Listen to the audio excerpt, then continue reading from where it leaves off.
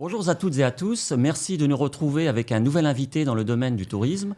Laurent Ganassia, bonjour. Bonjour David. Vous êtes en charge des relations publiques et de la communication à l'Office du tourisme d'Israël à Paris. Israël, une magnifique destination, tant en termes d'événementiel sportif que de pratique.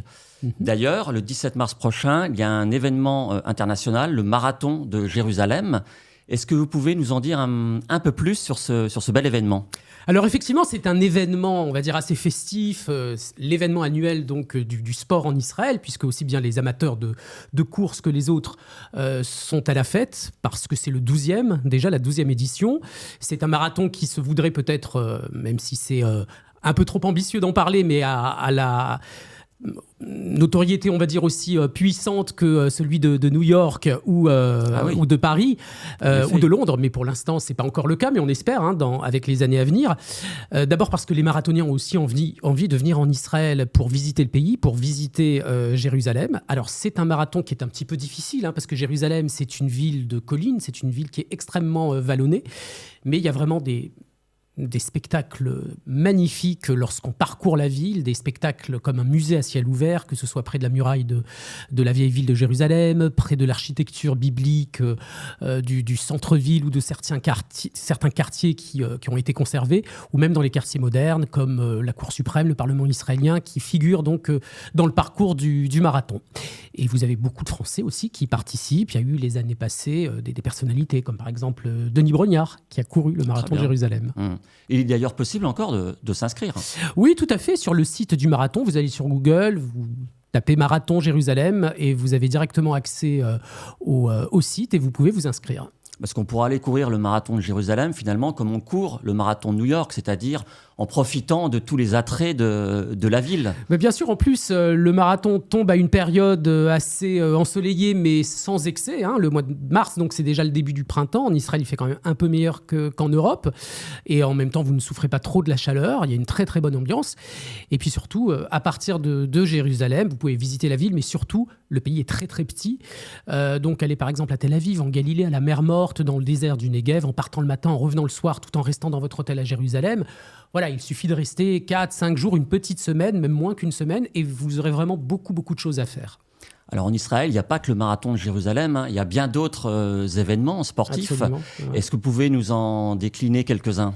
Alors c'est vrai qu'Israël, comme beaucoup de nations, adore le sport. Les deux sports, on va dire titres et rois, sont le foot et le basket. Les Israéliens adorent le foot, même si la dernière participation d'Israël au mondial, c'était en 1970. Donc ça remonte en effet. Ouais. Ça remonte, mais bon, Israël étant, on va dire, sélectionné dans la partie Europe, c'est vrai que c'était un petit peu difficile pour le mondial et pour les grandes compétitions internationales. Après, il y a eu des participations donc, dans certaines compétitions européennes, entre autres le PSG avec l'Hapoel Haïfa, je crois, il n'y a pas très longtemps, qui a joué donc en direct de Tel Aviv. Vous avez également certains joueurs internationaux, certains Israéliens qui maintenant jouent dans des clubs internationaux. Tal Banin, il y a déjà quelques années, Yossi Benayoun, Eran Zahavi et Eyal Berkovic. Et puis récemment, Manor Salomon en Angleterre et Oscar Glour au Red Bull Salzbourg. D'accord. Voilà. Salzbourg, pardon. Voilà. Très bien. Exactement. Donc, c'est vrai qu'il y a quand même une véritable passion avec des noms de clubs comme le Maccabi Tel Aviv, le Beitar Jérusalem, l'Hapoel Haïfa. Mais par contre, en ce qui se concerne le basket, là, les résultats sont beaucoup plus probants puisque je crois que dans le cadre de la participation d'Israël en Euroleague, il y a eu pas loin de 6 victoires, la dernière remontant à 2014. Et puis, les Israéliens qui, au sortir de l'armée, sont quand même assez motivés pour continuer le sport après leurs 3 années d'armée. Très souvent continuent avec le basket, le judo, la course, puisque ce sont ils adorent courir, surtout sur les 14 km de plage, de côte que compte, on va dire, toute la partie méditerranéenne, donc de Tel Aviv jusqu'au nord, jusqu'à Haïfa. Donc c'est vrai que de ce point de vue-là, Israël en matière de sport, alors je ne vais pas parler non plus de toutes les compétitions où Israël a pu recevoir des médailles d'or. Oui. Mais je crois surtout qu'il y a un projet, un énorme projet qui serait assuré d'accueillir conjointement avec la ville de Berlin. Tout à fait. Là, c'est Tel Aviv ou Jérusalem, je ne sais plus. Alors pour l'instant, voilà, c'est Israël et l'Allemagne.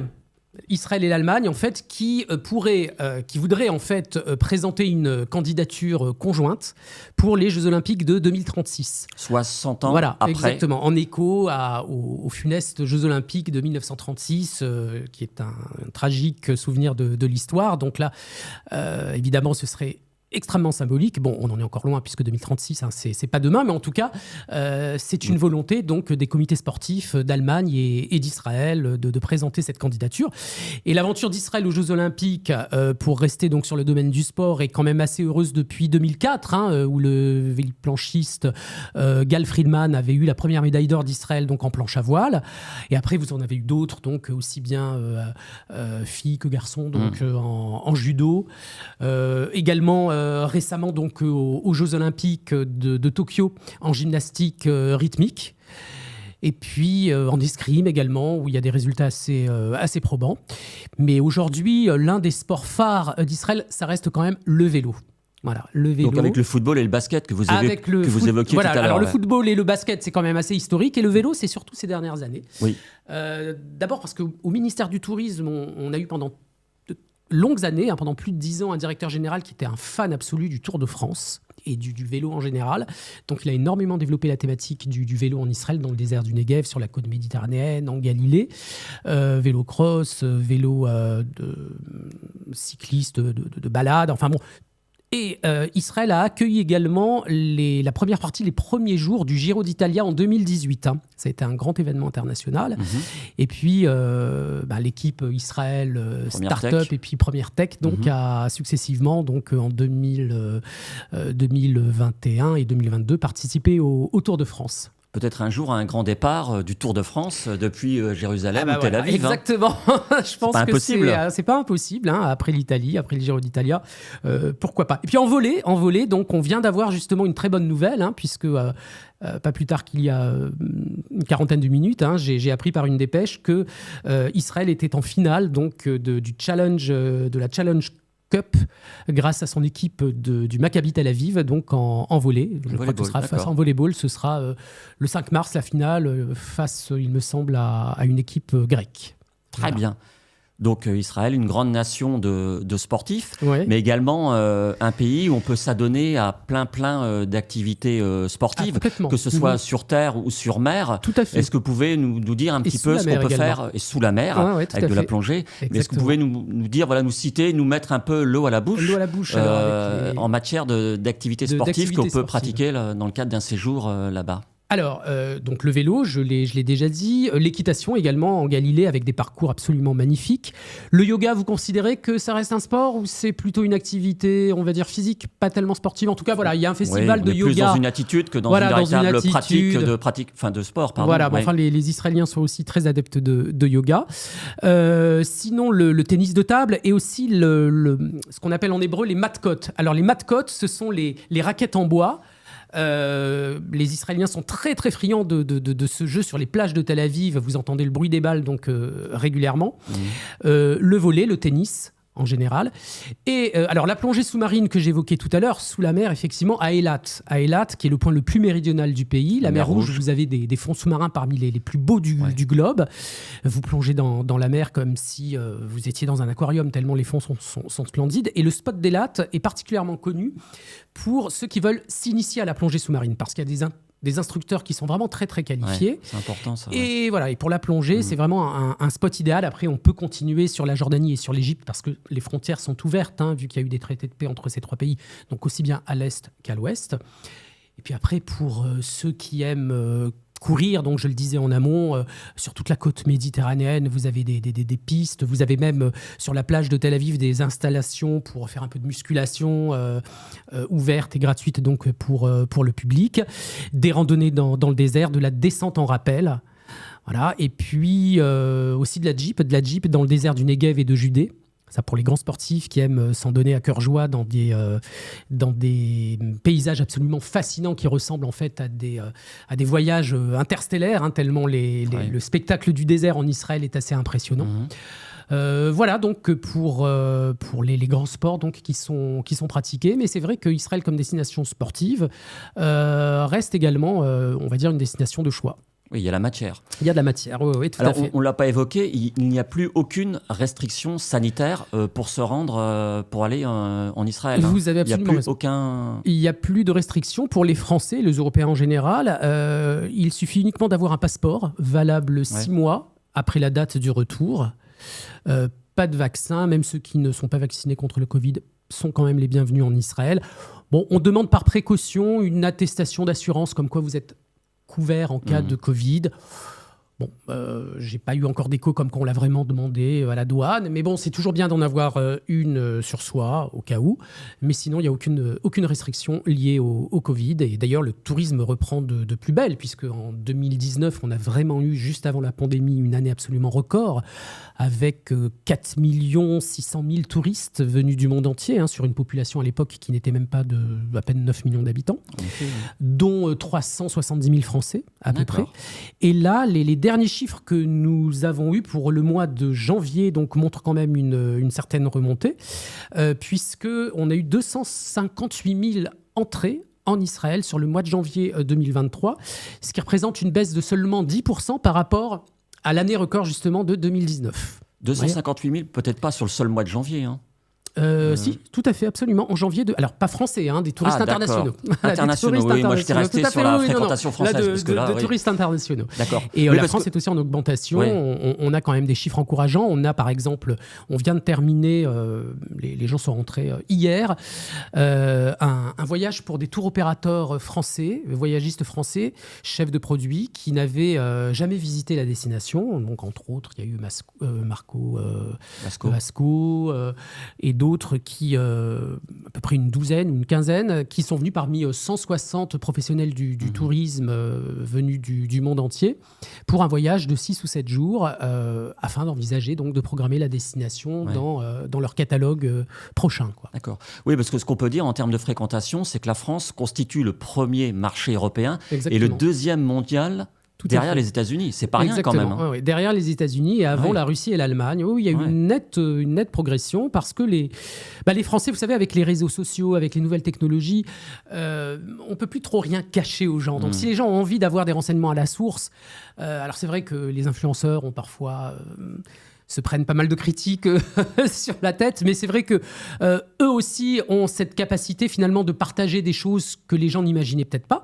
Et dans les réseaux sociaux, sur Facebook, sur Instagram, sur YouTube, etc., aujourd'hui, la famille, les amis, les proches, les moins proches partagent des expériences, que ce soit pour un voyage en Israël ou ailleurs, qui fait que tout d'un coup, on se sent assez interpellé. On se dit, pourquoi pas moi ? C'est vrai que c'est une destination qui me parle.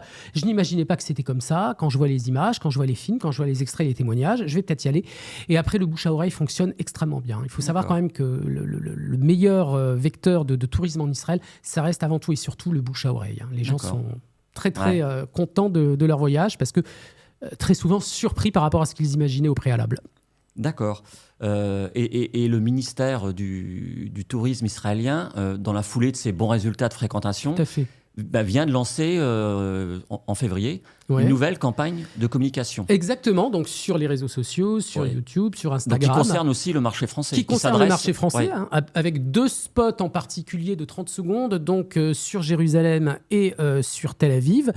Alors la campagne a démarré il y a 2-3 jours donc, sur les réseaux sociaux et on aura droit également à une vague de publicité en télé française. Donc je crois à partir du 27 février pour 3 semaines sur des grandes chaînes comme TF1, France Télévisions, M6, également quelques chaînes de la TNT. Et le message, en fait, le slogan, ce sera Israël comme nulle part ailleurs, pour expliquer un petit peu que en Israël, on trouve un petit peu ce qu'on trouve partout ailleurs, mais avec une dimension peut-être assez exceptionnelle, parce que se retrouver dans la vieille ville de Jérusalem, se retrouver donc sur les rives de Tel Aviv avec une ville qui ne dort jamais, pouvoir partir de Jérusalem et aller à la mer Morte ou à Eilat en partant le matin et en revenant presque presque le soir, c'est vrai que c'est pas imaginable quand on ne l'a pas vécu. Et on veut surtout faire partager au public l'idée qu'un voyage en Israël, c'est aussi une introspection, c'est aussi une rencontre avec soi-même.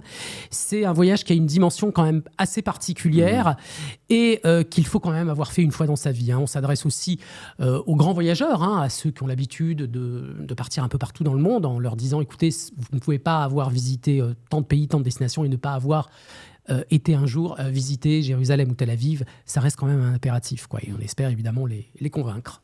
Alors justement, pour celles et ceux qui voudraient se rendre en Israël, ils peuvent s'adresser à l'Office du tourisme pour avoir des renseignements, c'est ça ? Exactement. Alors nous ne faisons pas de vente, comme tous les offices de tourisme. Pour cela, il faut s'adresser à son agence de voyage particulière. Après, nous, on envoie tout à fait gracieusement une documentation complète. Donc, il suffit de nous contacter sur le site internet www.goisrael.com ou bien vous pouvez également nous appeler au 01 42 61 85 84 ou 88 42 61 85 84 ou 88. Eh bien, ce sera le mot de la fin. Laurent Ganessia, merci beaucoup. Merci David. À une prochaine fois, un prochain rendez-vous sur sportetourisme.fr. Merci à toutes et à tous. Merci.